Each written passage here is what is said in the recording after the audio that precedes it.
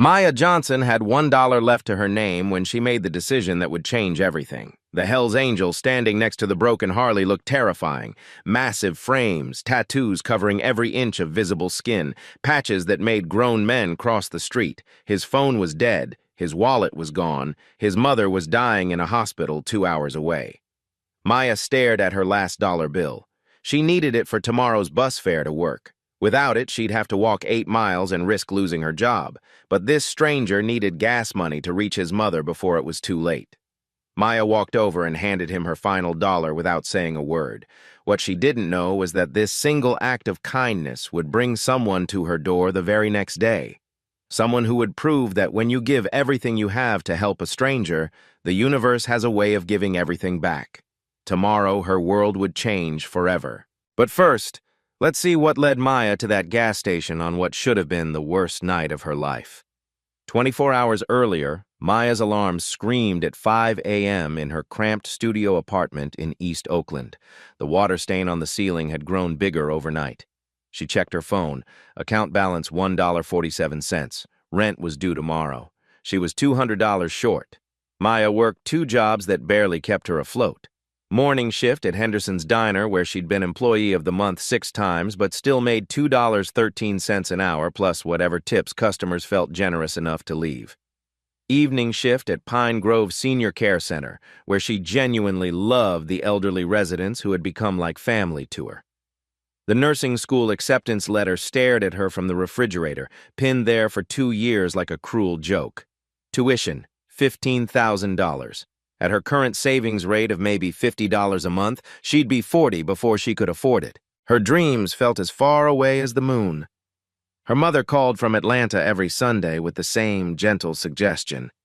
"Baby, maybe it's time to be realistic about those dreams. Come home, find a nice man, settle down." But Maya refused to give up.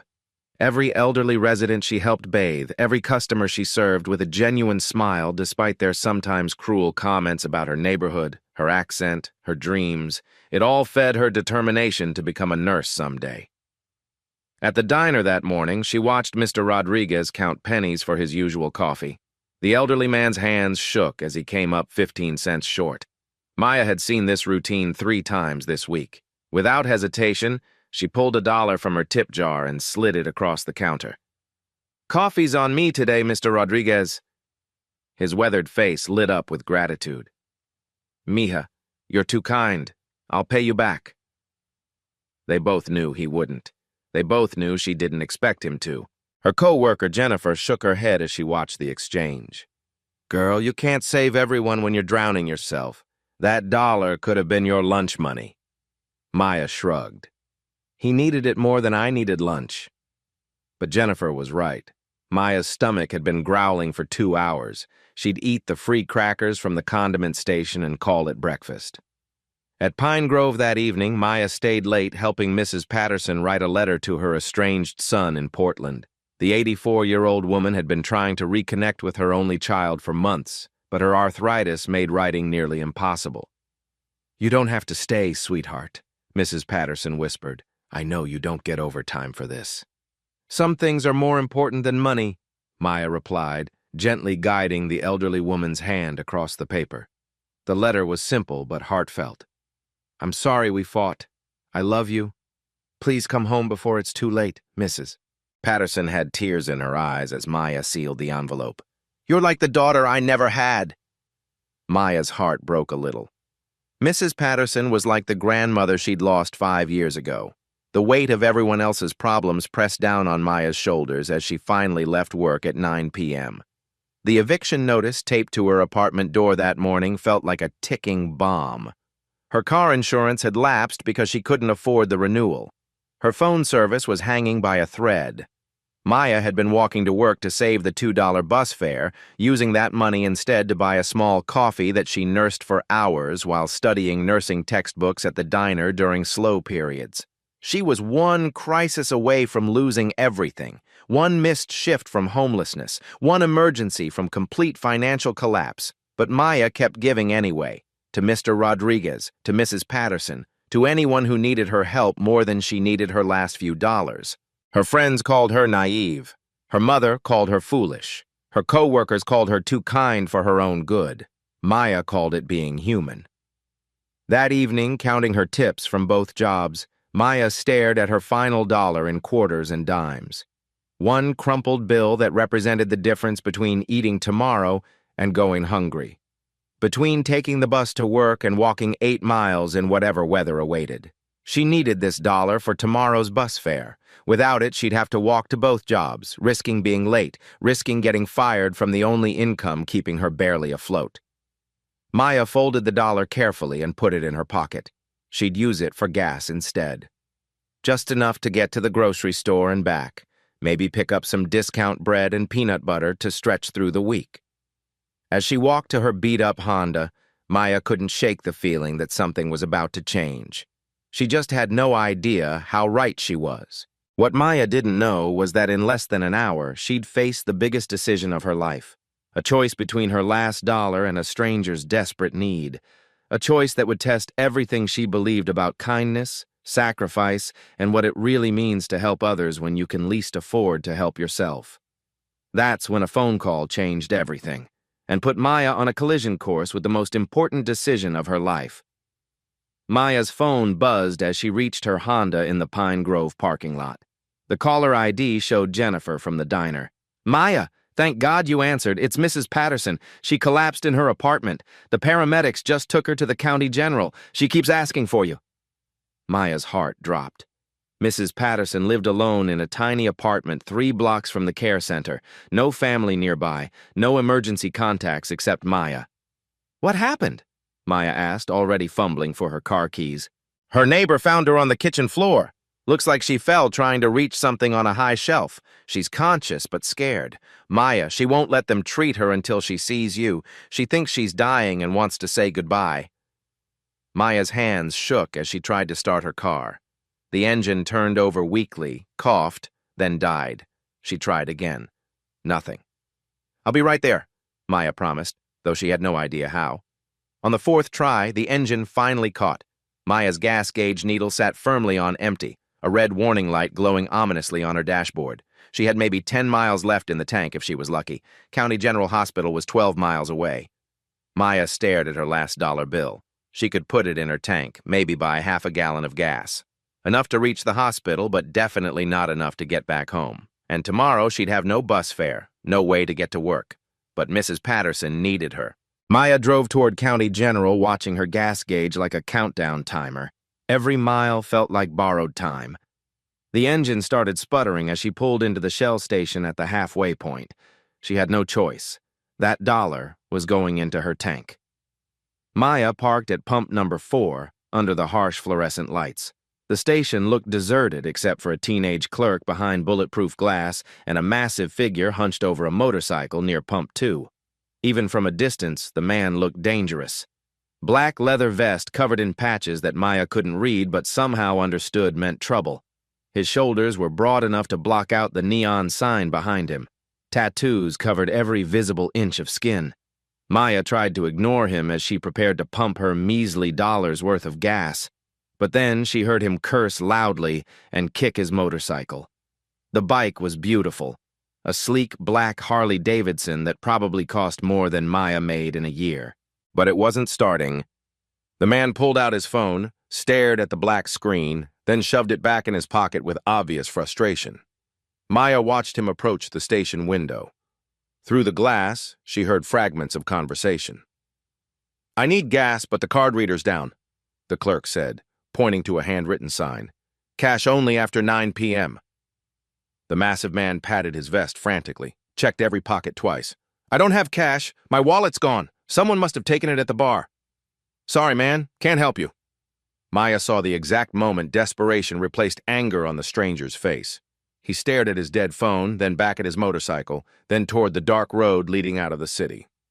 "My mother's at County General," she heard him say to himself. "She's dying and I'm not going to make it." The words hit Maya like a physical blow. Here was another person racing to reach someone they loved at the same hospital where Mrs. Patterson was waiting for her. Maya looked at her dollar bill, then at her gas gauge, then at this terrifying stranger who suddenly seemed more human than monster. 2 people needed to get to the county general tonight. 2 emergencies, $1. Maya had a choice to make. She could use her dollar for her own gas, reach Mrs. Patterson, but leave this stranger stranded. Or she could help him reach his dying mother and figure out her own way to the hospital later. Every rational thought told her to mind her own business. This man looked like he could hurt her. This man belonged to a world that had nothing to do with hers. This man should be able to solve his own problems. But Maya heard her grandmother's voice in her head. Baby, when someone needs help and you can give it, you give it. That's what separates us from the animals. Maya took a deep breath and walked toward the most dangerous-looking person she'd ever seen. What happened next would change both their lives in ways neither could possibly imagine. What happened next would haunt Maya for months, until she finally understood why this moment mattered more than any decision she'd ever made. Maya's legs felt concrete as she approached the Hell's Angel. Up close, he was even more intimidating than she'd imagined. 6'4", easily 250 pounds of pure muscle. His leather vest was covered in patches that told stories she didn't want to understand. Oakland chapter, 1% air, a skull and crossbones, earned in blood. But what stopped Maya in her tracks wasn't the tattoos snaking up his neck or the scars on his knuckles. It was his eyes, raw, desperate fear that she recognized because she'd felt it herself. "Excuse me," Maya said, her voice barely audible. The man turned, and Maya instinctively stepped back. His face was weathered, probably mid-40s, with a graying beard and eyes that had seen too much. He looked at her with genuine surprise, like no stranger had voluntarily approached him in years. "Are you talking to me?" His voice was rough, but not threatening. "I heard you say something about your mother. At the hospital?" Something shifted in his expression. He really looked at Maya, took in her work uniform, her worn sneakers, the single-dollar bill clutched in her trembling hand. "Yeah, but—" He shook his head. "You don't need to worry about me, lady." "How much do you need for gas?" The question hung between them like a bridge Maya wasn't sure she wanted to cross. "Look, I appreciate the thought, but I can't take money from someone who obviously doesn't have it to spare." His voice was gentler now, almost protective. Maya glanced at her Honda, its gas gauge deep in the red zone. Then she looked at this massive man who could probably take anything he wanted from her, but was refusing her help instead. "My name's Maya Johnson," she said. "What's yours?" "David." "David Davidson." He paused like he almost said something else. "Maya, you seem like a good person, but I'm Hell's Angels. You understand what that means?" Maya nodded. "I understand you're someone's son, and your mom's in the hospital." David stared at her for a long moment. "She raised me alone after my dad died in a construction accident. Worked 3 jobs to keep food on our table. Tried to keep me out of trouble, but I found trouble anyway." His voice grew heavy with regret. "Joined the Angels when I was 18. Broke her heart. We didn't talk for almost 10 years because of the choices I made." Maya listened without judgment, seeing the pain in his eyes. 2 months ago, she called me. Cancer, stage 4. We started talking again, trying to make up for lost time." David's voice cracked. "Tonight she had a stroke. The doctors say if I don't get there in the next hour, I might not get to tell her I'm sorry for all the years I wasted being angry." Maya felt tears sting her eyes. This wasn't about Hell's Angels or scary patches or criminal stereotypes. This was about a son who might lose his mother before making peace. "I was on a club ride up in Napa when I got the call," David continued. "Lost my wallet at our last stop, probably pickpocketed while I wasn't paying attention. The phone died on the ride back. The nearest ATM is broken and everywhere else is closed." He gestured helplessly at his beautiful motorcycle. "I've got maybe 2 gallons left in the tank, not enough to make it 50 miles to County General." Maya looked at her dollar bill. $1 would buy maybe half a gallon of gas. Not much, but maybe enough to get him closer, close enough to figure out the rest. "Take it," Maya said, extending the crumpled bill. David stared at the money like it was a lifeline. "Maya, that's your last dollar, isn't it?" She nodded. "What about you? How are you getting wherever you need to go? I'll figure something out." "No." David shook his head. "I can't take your last money. That's not right." "Your mom is dying," Maya said simply. "My problems can wait. Hers can't." David looked at Maya with an expression she couldn't read. Wonder, maybe. Disbelief that someone would sacrifice for a stranger. He accepted the dollar with hands that shook slightly. "Maya Johnson," he said, his voice thick with emotion. "I will never, ever forget this. You're giving me the chance to hold my mother's hand one last time." "Then go," Maya said. "Don't waste time talking to me. Go tell her you love her." David walked to his bike, pumped exactly $1 worth of gas into the massive tank. It barely moved the needle, but it was something. He climbed onto the Harley, kicked it to life with a roar that echoed across the empty lot. Before leaving, he reached into his vest and pulled out a small patch. Not an official Hells Angels insignia, but something personal. A phone number was written on the back in permanent marker.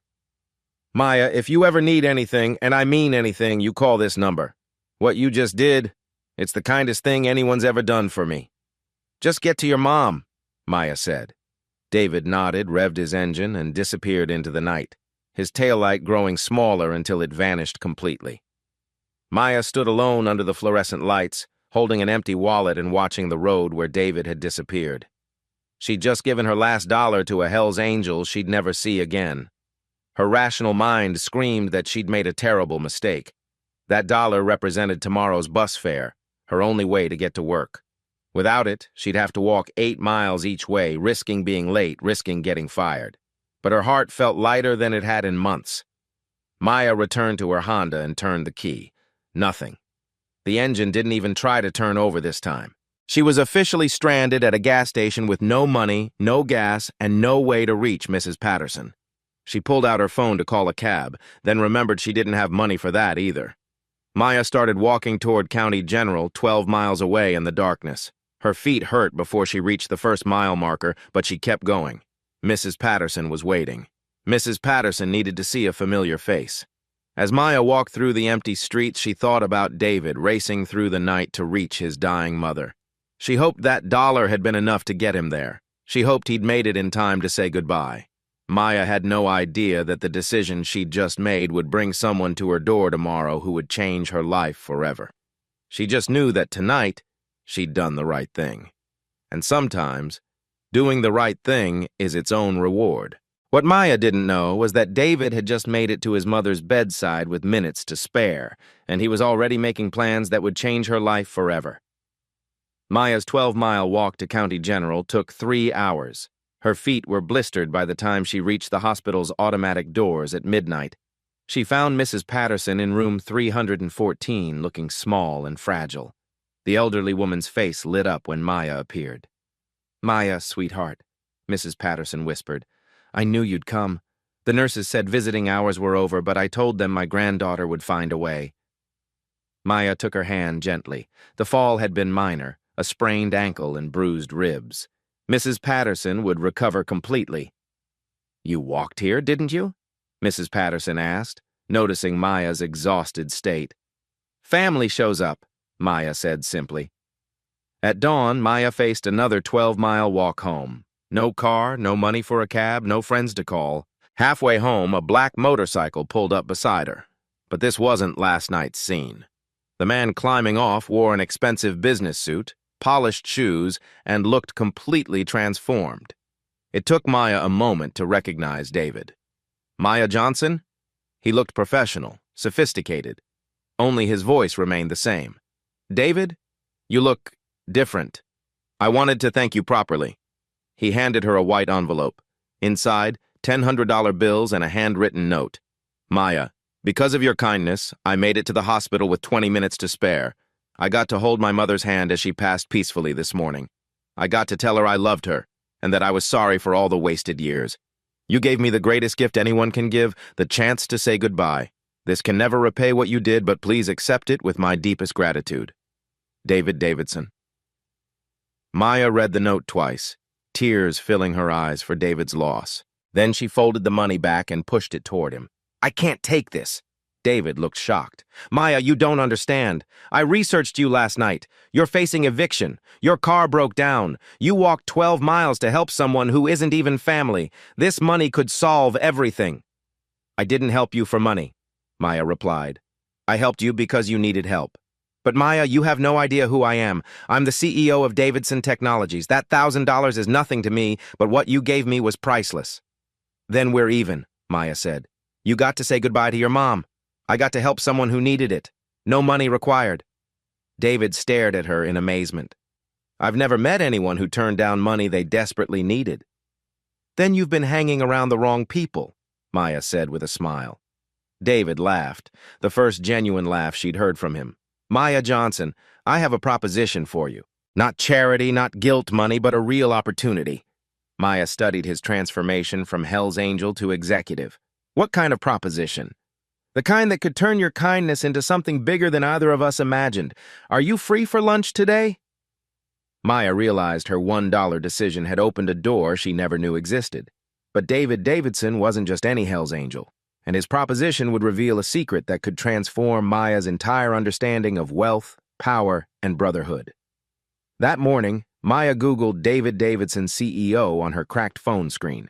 What she found made her question everything she thought she knew about the man who'd asked her to lunch.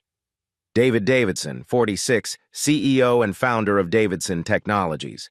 Net worth, $2.3 billion. The company created software for hospitals and nonprofits, employing over 3,000 people nationwide.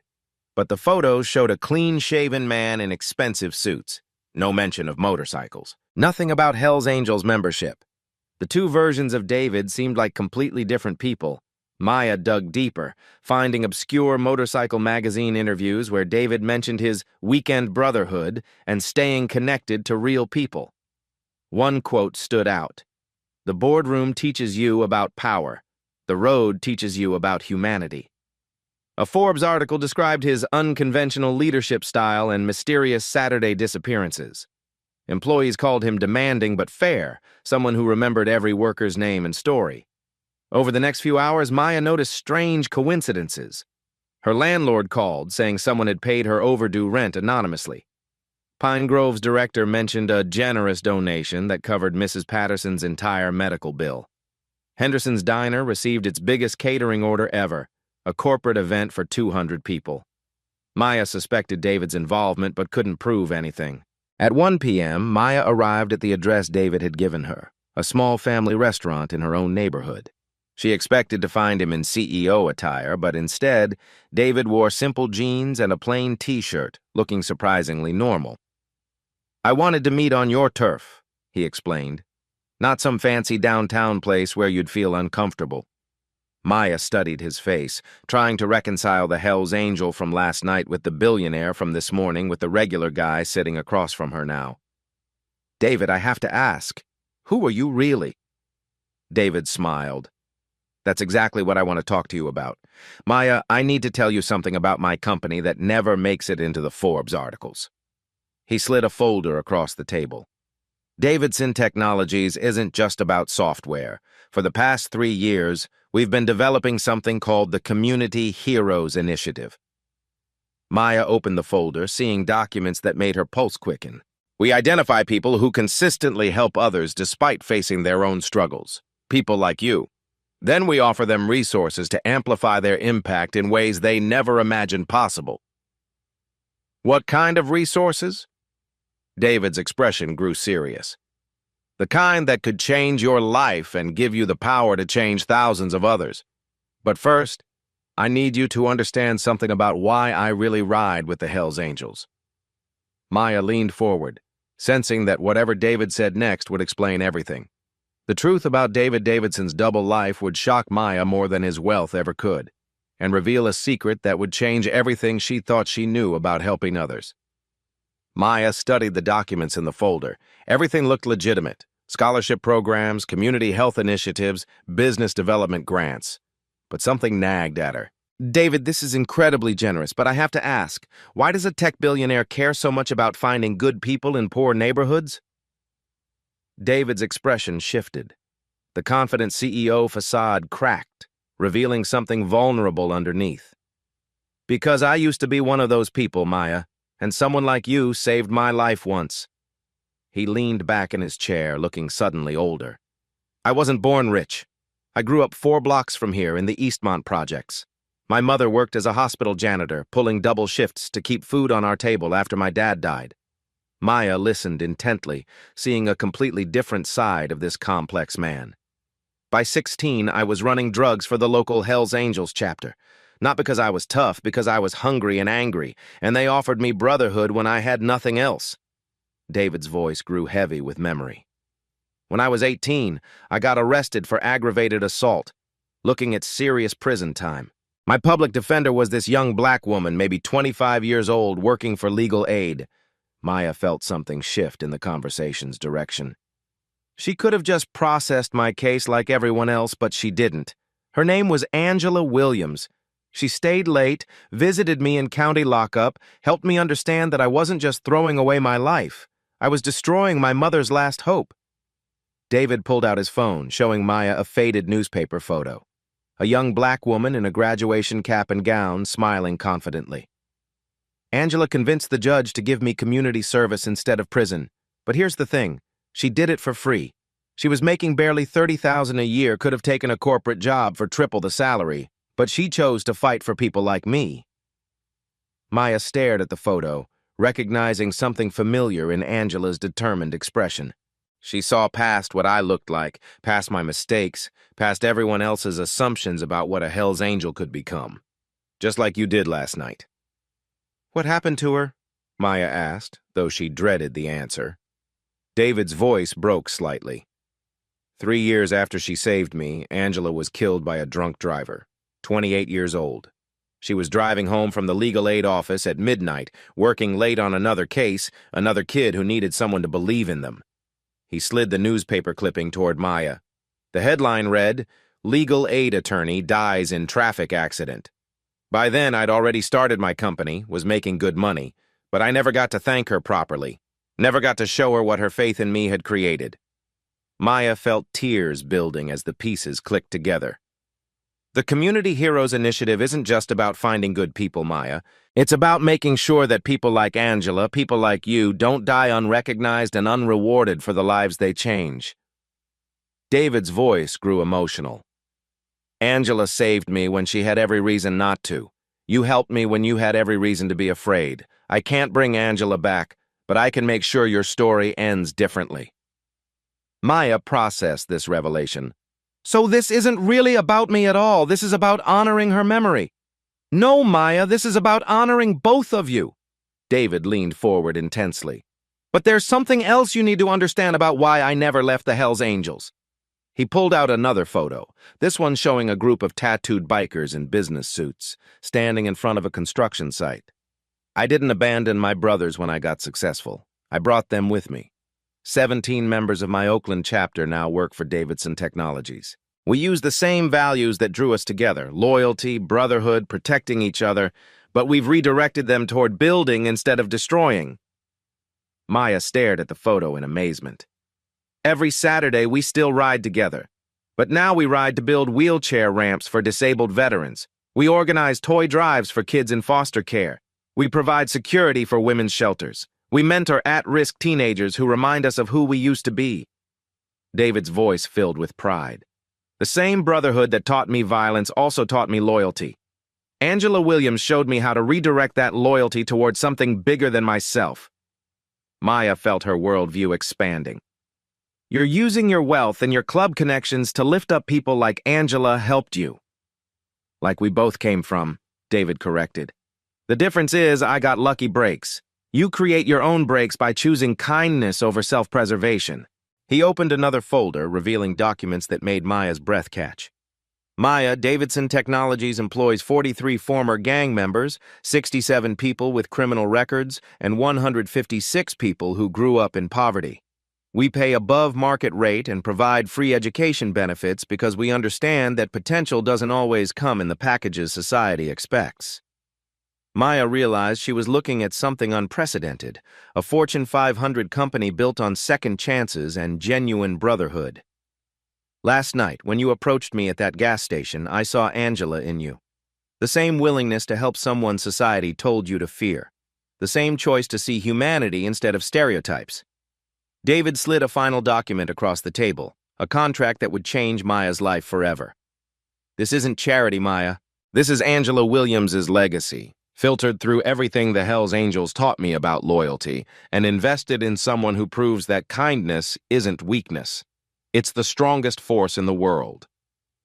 Maya stared at the contract, realizing that her $1 decision had connected her to a story much bigger than she'd ever imagined.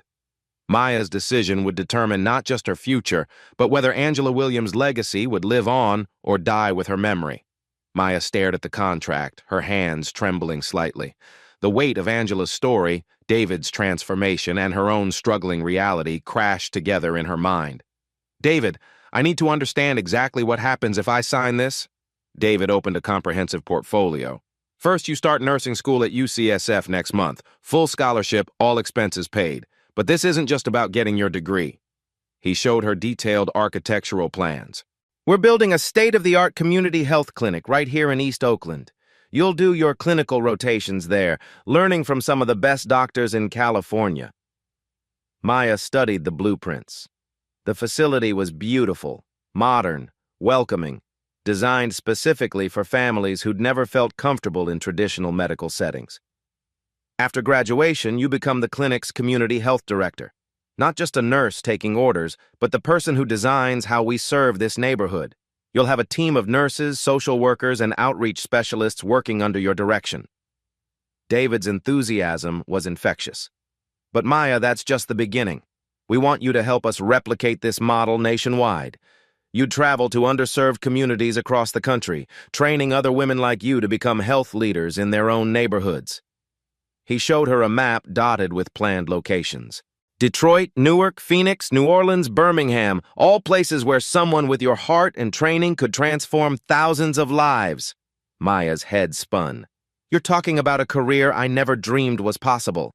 Your starting salary as community health director would be $85,000 annually, plus full benefits and continuing education budget. But here's what makes this different from a regular job. You get equity in the initiative." "Equity? If our community health model succeeds, if it gets adopted by other healthcare systems or receives government funding, you share in that success. This could make you financially independent for life, Maya. Not just comfortable, truly wealthy." David revealed another document. "We're also establishing the Angela Williams Foundation for Legal Justice, reforming public defense systems. As a founding board member, you'd help select which young public defenders receive support similar to what you're getting." Maya's eyes filled with tears. "You're creating an entire network of people lifting each other up. That's exactly what Angela would have wanted. She believed broken systems could be fixed by people who understood brokenness from the inside." David showed her a video message on his tablet. A distinguished black woman in her 60s spoke directly to the camera. "Maya, David has told me about your compassion and potential. I'm Dr. Patricia Hayes, former Surgeon General of California. I grew up in poverty in Los Angeles and would be honored to mentor you through this journey." Maya was overwhelmed. "You're offering me personal mentorship from one of the most respected healthcare leaders in the country?" "Starting today, we're also providing immediate life stabilization," David continued. "Safe apartment near campus, reliable transportation, healthcare coverage, and a living stipend so you never have to choose between studying and surviving again." He handed her a credit card. $5,000 monthly for living expenses? We want you focused on learning and growing, not counting pennies." David opened a detailed timeline. Year 1, complete nursing prerequisites while working part-time with our construction team, learning project management. Years 2 through 4, nursing school with summers spent in community health internships nationwide. Year 5, launch the Oakland Clinic as its director. Years 6 through 10, expand to 10 additional cities, train 100 community health leaders. Maya stared at the timeline. "By my 35th birthday, I could be overseeing healthcare for hundreds of thousands of people?" "But I need to be honest." David's tone grew serious. "This isn't easy. You'll be scrutinized as the face of this initiative. People will say you don't deserve these opportunities, that it's charity or tokenism. You'll carry the weight of proving that investing in people like us actually works." Maya nodded, understanding the pressure. "There's one more thing," David said. "Remember how I mentioned Hells Angels members working for my company? 12 of them are former Oakland chapter brothers who now mentor at-risk kids. The same brotherhood that taught me violence also taught me loyalty. I've just redirected that loyalty toward building instead of destroying." He showed her photos of tattooed men in business attire, teaching computer skills to inner-city teenagers. If you accept this opportunity, you won't just represent yourself or even honor Angela's memory. You'll prove that broken systems can be healed by people who understand brokenness intimately.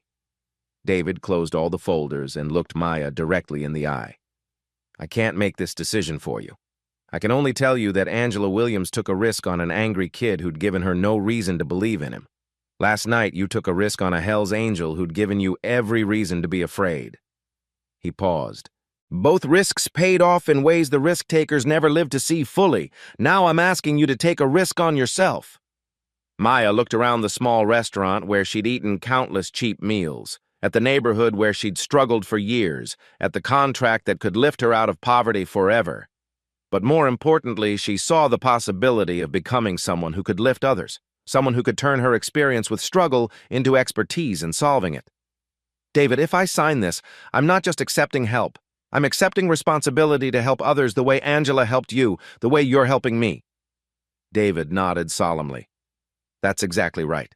The question is, are you ready for that responsibility? Maya picked up the pen, knowing her signature would change not just her life, but potentially thousands of others. She thought about Angela Williams, who died before seeing the full impact of her compassion, and realized she was being offered the chance to complete a story that began with faith and could end with transformation. What happened next proved that $1 and one signature could transform an entire community and create ripples that would spread far beyond anything Maya had ever imagined.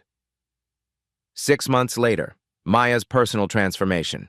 Maya walked across the UCSF campus in crisp nursing student scrubs, carrying both medical textbooks and community health planning documents. Her old Honda had been replaced by a reliable Toyota Prius, practical for her new role visiting construction sites and community meetings. She lived in a bright one-bedroom apartment in Oakland's Temescal district, close enough to school but still rooted in her community. The walls displayed her nursing achievements alongside photos tracking the clinic's progress and a framed portrait of Angela Williams that David had given her. The ripple effect begins. Mrs. Patterson became the first recipient of the clinic's pre-opening services. Maya arranged visiting nurses, meal delivery, and social connections. Now, Mrs. Patterson led a pen pal program matching isolated seniors with nursing students, creating friendships that enriched both groups. Mr. Rodriguez received a small business loan to transform his coffee habit into a mobile cafe employing 3 formerly homeless individuals.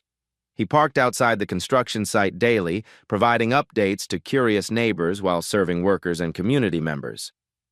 Jennifer, Maya's former diner co-worker, enrolled in the medical assistant program Davidson Technologies sponsored. She'd already been hired as part of the clinic's opening staff, specializing in bilingual patient care for Spanish-speaking families. The clinic rises. The East Oakland Community Health Center transformed a vacant lot into something beautiful. Maya visited weekly wearing a hard hat labeled Community Health Director, working with architects to ensure every detail reflected neighborhood needs. On-site child care, full-service pharmacy, mental health counseling, and a teaching kitchen for nutrition education. Local news covered the progress, from last dollar to healthcare leader Maya Johnson's inspiring journey. But Maya consistently redirected interviews toward the clinic's mission rather than her personal story. National recognition, Dr. Patricia Hayes introduced Maya at healthcare conferences as the future of community-based medicine. Maya presented their model to packed auditoriums, explaining how hiring local residents and addressing social barriers improved health outcomes dramatically. The approach attracted federal attention. The Department of Health and Human Services awarded a $3.2 million grant to replicate the Oakland model in 6 additional cities. Maya was named National Program Director at age 27. The Hells Angels Connection. David's Oakland chapter officially adopted the clinic as their primary community service project. Every Saturday, tattooed bikers volunteered, installing playground equipment, organizing supply drives, providing security for evening events, and mentoring teenagers who reminded them of their younger selves. Initially, residents feared the bikers, but they quickly discovered these were gentle giants who helped elderly people carry groceries, taught motorcycle safety to curious kids, and became unexpected community guardians. The partnership became a model studied by law enforcement and community organizations nationwide. Educational innovation. Maya developed a community health leadership curriculum for 3 local high schools. Students learned to identify neighborhood health disparities and design practical solutions, with the most promising projects receiving implementation funding. The program's first year produced remarkable results. A community garden supplying fresh produce to food-insecure families, a senior fitness program that reduced local diabetes rates by 18%, and a peer mental health network credited with preventing multiple teenage crises. The Angela Williams Foundation Impact. The Legal Justice Foundation honoring Angela's memory now funded 30 young public defenders annually. Maya served on the selection committee, choosing recipients based on their commitment to indigent clients rather than career advancement potential. One recipient, Maria Gonzalez, a young attorney in Phoenix, credited the foundation with enabling her to continue defending undocumented immigrants instead of switching to corporate law for financial survival. Corporate transformation. David's success story inspired other business leaders to examine their hiring assumptions.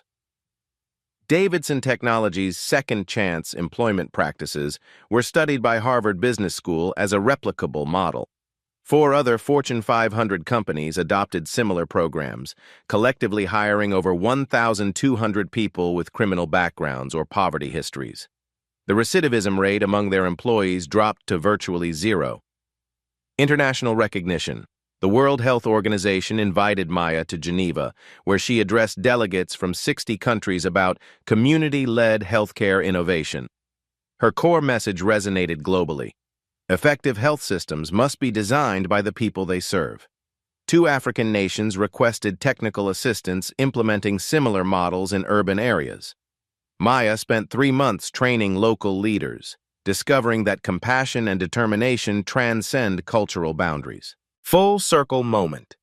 2 years after that pivotal night, Maya returned to the same Shell station, now renovated with electric vehicle charging stations and a community resource board.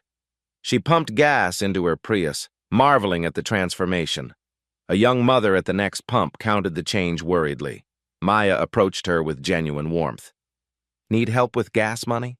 Instead of her last dollar, Maya handed the woman a clinic resource card. Free comprehensive health care starting next month. We're here for much more than gas. The woman accepted gratefully, recognizing Maya from local news coverage about the neighborhood girl who'd changed everything.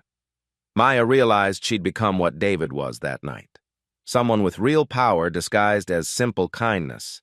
3 years later, Maya would discover the most powerful truth about a single act of kindness, that it never truly ends but creates infinite circles of possibility. Exactly 3 years after the gas station encounter, Maya stood in the East Oakland Community Health Center's lobby during its grand opening. The ribbon cutting drew hundreds, patients, community leaders, healthcare professionals, and Hell's Angels in dress leathers. David cut the ribbon, but Maya focused on the faces around her, people whose lives intersected because of $1 given in trust. A teenage girl approached shyly. "Miss Johnson? I'm Emma Rodriguez, Mr. Rodriguez's granddaughter. I wanted to thank you." Maya knelt down, recognizing the family resemblance. "Thank me for what, sweetheart? For believing in my grandpa when nobody else would? He told me how you paid for his coffee when he was broke. Now his business is so successful, he's paying for my nursing school." Emma showed her UCSF acceptance letter. "I want to be like you, someone who helps people who can't help themselves." David joined them, wearing both his business suit and Hell's Angels pin. "Maya, I have something for you." He handed her a portfolio of handwritten letters, thank you notes from clinic patients, scholarship recipients, and community members whose lives had changed through her kindness. One letter stood out. "Dear Maya, my name is Dorothy Williams. Angela was my daughter. David told me how you honored her memory by accepting the opportunity she would have wanted. Thank you for keeping her spirit alive. Angela's mother." That evening, Maya sat in her office reviewing patient files. 3 years ago, she'd counted her last dollar. Tonight, she oversaw health care for 8,000 community members, managed a $4.2 million budget, and mentored 15 women training as community health leaders nationwide. Her phone rang. Dr. Hayes called with news. Maya, the White House wants to nominate you for the President's Council on Community Health Innovation. You'd help shape national health care policy. Maya realized the profound truth. Her dollar hadn't just bought gasoline. It had purchased a future connecting Angela Williams' sacrifice to thousands of lives. She picked up Angela's photograph. "I hope we're making you proud," she whispered. Through her window, she watched David teaching motorcycle safety to kids, his Hells Angels jacket over a community health champion t-shirt.